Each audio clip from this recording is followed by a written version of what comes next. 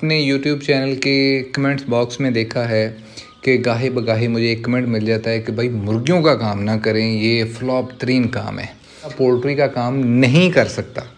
जैसे हर बंदा डॉक्टर नहीं बन सकता, हर बंदा वकील नहीं बन सकता, हर बंदा टीचर नहीं बन सकता, हर बंदा पायलट नहीं बन सकता, इसी तरह हर बंदा पोल्ट्री फार्मर नहीं बन सकता। असल में मसला ये होता है, मैंने ये मेरा 3 साल का एक्सपीरियंस जो मैं आप दोस्तों के साथ शेयर कर रहा हूँ, और उसके बाद मैंने क्या डिसाइड किया है या मैं किस कह लीजिएगा कि नतीजे पे पहुँचा हूँ, वो आप दोस्तों के साथ शेयर करने लगा हूँ।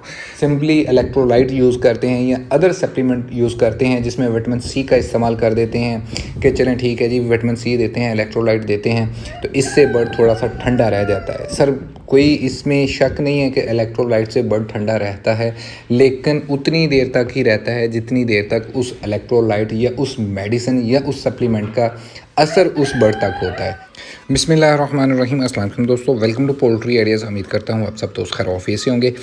आज की इस वीडियो में हम डिस्कस करेंगे कि गर्मियाँ आ गई हैं। गर्मियों में इससे पहले जो हम तरीक़ाकार इस्तेमाल करते थे बर्ड को ठंडा रखने के लिए, उसमें हमें क्या क्या प्रॉब्लम आई है, या फिर नॉर्मली जो रिकमेंडेशन आती है लोगों की तरफ से कि सर मुर्गियों को ये खिलाएं, ये पिलाएं, इससे गर्मी जो है, गर्मी का तोड़ हो जाएगा, गर्मी काफ़ी हद तक जो है वो बेहतर हो जाएगी। लेकिन पिछले कोई 2 साल लगातार कमर्शियल लेवल पे और छोटे घरेलू पैमाने पे काम करने के बाद एक ही नतीजे पे पहुँचे हैं कि अगर गर्मियों में आपने अपने बर्ड को सर्वाइवल पोजीशन पे रखना है और कंटिन्यूसली रखना है, तो आपको एक ही फार्मूले पे अमल करना पड़ेगा। वो आज आप दोस्तों के साथ डिस्कस किया जाएगा। उम्मीद करता हूँ इंशाल्लाह ताला ये वीडियो आपको ज़रूर पसंद आएगी। नए आने वाले दोस्तों से रिक्वेस्ट है, चैनल को याद से सब्सक्राइब करें ताकि हर नए आने वाली वीडियो आप दोस्तों तक बर वक्त पहुँच सके। वीडियो को बाकायदा शुरू करने से पहले एक बहुत ही अहम और ज़रूरी बात जो मैं लाजमी समझ रहा हूँ कि आप तमाम दोस्तों से शेयर की जाए जो नया काम स्टार्ट करना चाहते हैं या फिर वो जो ऑलरेडी पहले से ये काम कर रहे हैं।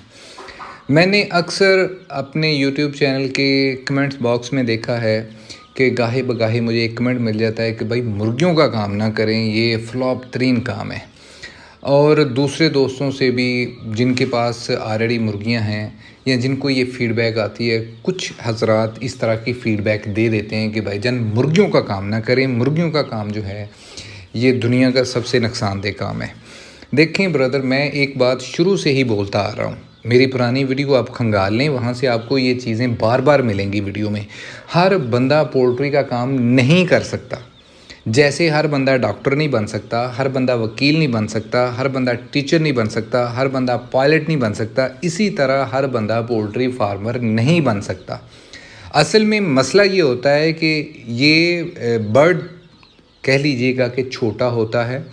हम खुद साख्ता एजम्पशन कर लेते हैं कि यार छोटी सी मुर्गी है, इसमें कौन सी रॉकेट साइंस है, हमने तो बस इसको दाना पानी पिलाना है और बस ठीक है जी, माल आपका तैयार हो गया और आपने इसको सेल आउट कर देना है।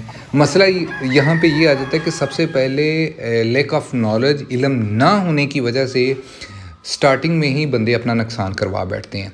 दूसरे नंबर पे मैं एक बात आपको बड़े ही वसूख से ये बात कहता हूँ कि सर मुर्गी अंडा देती है बशर्ते कि फार्मर उससे अंडा लेने वाला हो, उससे प्रोडक्शन लेने वाला हो, तब जाके आपका बर्ड आपको प्रोडक्शन देगा।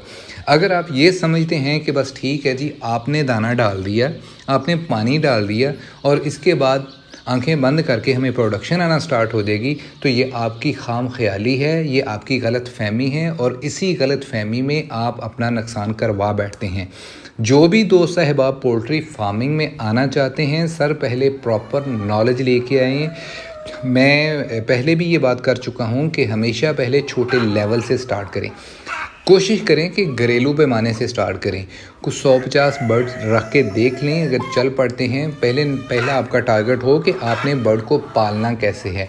जब आप इस लेवल पे आ जाएं, पालना आ जाए, तो फिर दूसरा आपका टारगेट हो कि बर्ड से आपने प्रोडक्शन कैसे लेनी है। जब आप प्रोडक्शन भी लेना स्टार्ट कर दें, तीसरा आपका टारगेट हो कि आपने अपनी इस प्रोडक्ट को मार्केट में सेल कैसे करना है। हम यहाँ पे बस देखते हैं जी, ये ब्रीड आ गई है, अब इसका ट्रेंड आ गया है, इसमें आ जाओ, इसका अंडा इतने का, इसका चूज़ा इतने का, और पकड़ लेते हैं पेंसिल और कॉपी और लिखना स्टार्ट कर देते हैं कि ठीक है जी, ये इतनी हमारी तादाद में खर्चा और इतने हमारा जो है वो इसमें माइनस करो और इतने पैसे, तो ये तो दिनों में हम लखपति बन जाएंगे। सर ऐसा नहीं होता।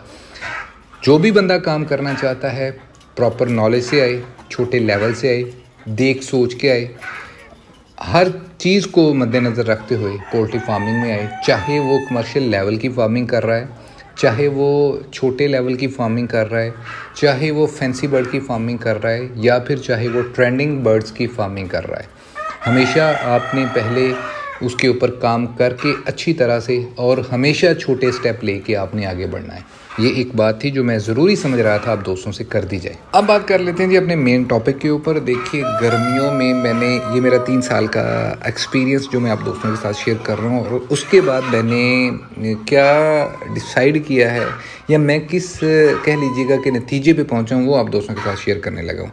सर गर्मियाँ जैसे ही स्टार्ट होती हैं, स्पेशली मार्च के बाद अप्रैल मई में, और इस बार तो अप्रैल में ही गर्मी स्टार्ट हो गई थी, तो आपके बर्ड को 2 चीज़ों की बहुत ज़्यादा ज़रूरत होती है। पहले नंबर पे आपने उसको कूल टेम्परेचर देना होता है, और दूसरे नंबर पे आपने ह्यूमिडिटी का लेवल लाजमी 60 के करीब रखना होता है शेड के अंदर, या फिर उस डरबे के अंदर जहाँ पे आपने मुर्गियाँ रखी होती हैं। अगर वहाँ पे टेम्परेचर आपका 35 से ऊपर जाता है और ह्यूमिडिटी लेवल आपका 40 से कम गिरता है, तो आपके बर्ड के लिए प्रॉब्लम आ जाती है। ह्यूमिडिटी लेवल कम होगा तो आपके बर्ड में जो कॉमन एक डिजीज़ पाई जाती है सांस की, या बर्ड ने छींकना, ये आम हो जाती है, क्योंकि हवा में नमी ना होने के बराबर होती है मई में, अनलेस जब तक बारिशें नहीं होती। तो जिसकी वजह से सर्दियों में तो नज़ला ज़ुकाम समझ आती है कि ठंड की वजह से आ जाता है, बट गर्मियों में खुश्क नज़ला ज़ुकाम जो होता है ये सिर्फ ह्यूमिडिटी के ना होने की वजह से होता है।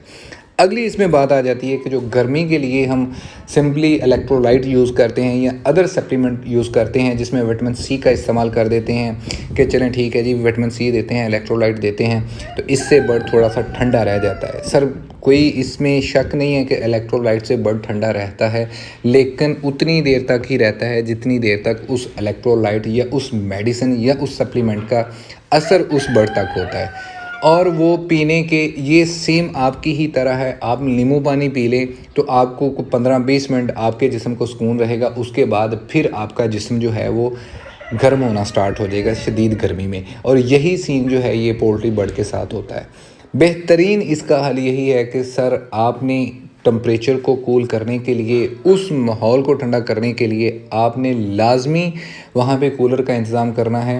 ह्यूमिडिटी को पूरा करने के लिए आपने मिस्टिंग सिस्टम का इस्तेमाल करना है। और दूसरे एंड पे मैंने लास्ट ईयर एक वीडियो बनाई थी मिस्टिंग सिस्टम पे, क्योंकि वहाँ पे बर्ड थोड़े थे। कूलिंग पैड ही सबसे बेहतरीन जो कह लीजिएगा कि फार्मूला है। चाहे आप छोटे लेवल पे, अगर आप 10 बाई 10 से जैसे ही बढ़ते हैं तो सर कूलिंग पैड ही सबसे बेहतरीन, अभी तक जो मैं जिस नतीजे पे पहुंचा हूं। एक तरफ आप पैड लगाएं, दूसरी तरफ आप पंखा लगाएं, और सकिंग करेगा पंखा, पैड से हवा गुजरती हुई ठंडी आपके शेड को ठंडा करती जाएगी। और साथ ही साथ चूँकि पानी पैड के ऊपर गिर रहा होता है, ह्यूमिडिटी लेवल भी आपका किसी हद तक पूरा हो जाता है। इसके अलावा अगर आप कहेंगे कि ओपन आपका डरबा है और बड़ा 20 फीट का 30 फीट का, वहाँ पे आप एयर कूलर का, सिंपल एयर कूलर का इस्तेमाल करेंगे तो सर जो मर्ज़ी करने, एयर कूलर की थ्रो इतनी नहीं होती कि आपके पूरे शेड तक वो ठंडा या वो ह्यूमिडिटी पहुँचा दे। मैंने लास्ट ईयर बहुत ज़्यादा एक्सपेंस किया था, कूलर बहुत ज़्यादा मंगवाए थे कि चलें ठीक है जी हमारा बड़ा एक्सपेंस ना हो, बट कभी भी ह्यूमिडिटी के उस लेवल को मैं मीट नहीं कर पाया जो एक पोल्ट्री बर्ड को रिक्वायर्ड होता है। तो आइंदा आपने जब भी अपने पोल्ट्री बर्ड को रखने का इरादा करना है तो उसमें आपने लाजमी ख्याल करना है कि अगर 10 बाई 10 से बड़ा है, 10 बाई 10 का डरबा है तो बड़ी आसानी से आप एक कूलर से गुजारा कर लेंगे। 10 बाई 10 से बड़ा है तो सर एक तरफ आपने पैड लगाना है, दूसरी तरफ आपने जो है वो पंखा लगाना है, तभी जाके आपके मामले सीधे होने हैं।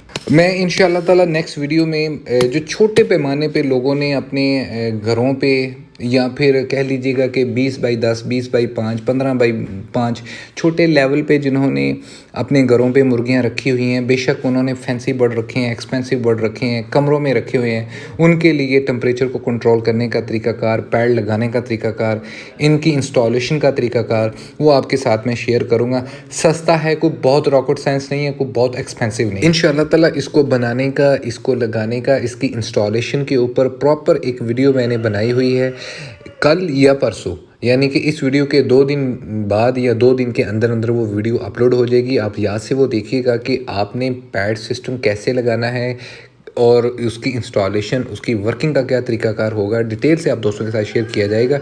उम्मीद करता हूँ ये वीडियो आप दोस्तों को पसंद आई होगी। अपना और अपने प्यारों का बहुत सारा ख्याल रखिएगा। अल्लाह पाक आपका हामी और नासिर। अल्लाह हाफिज़।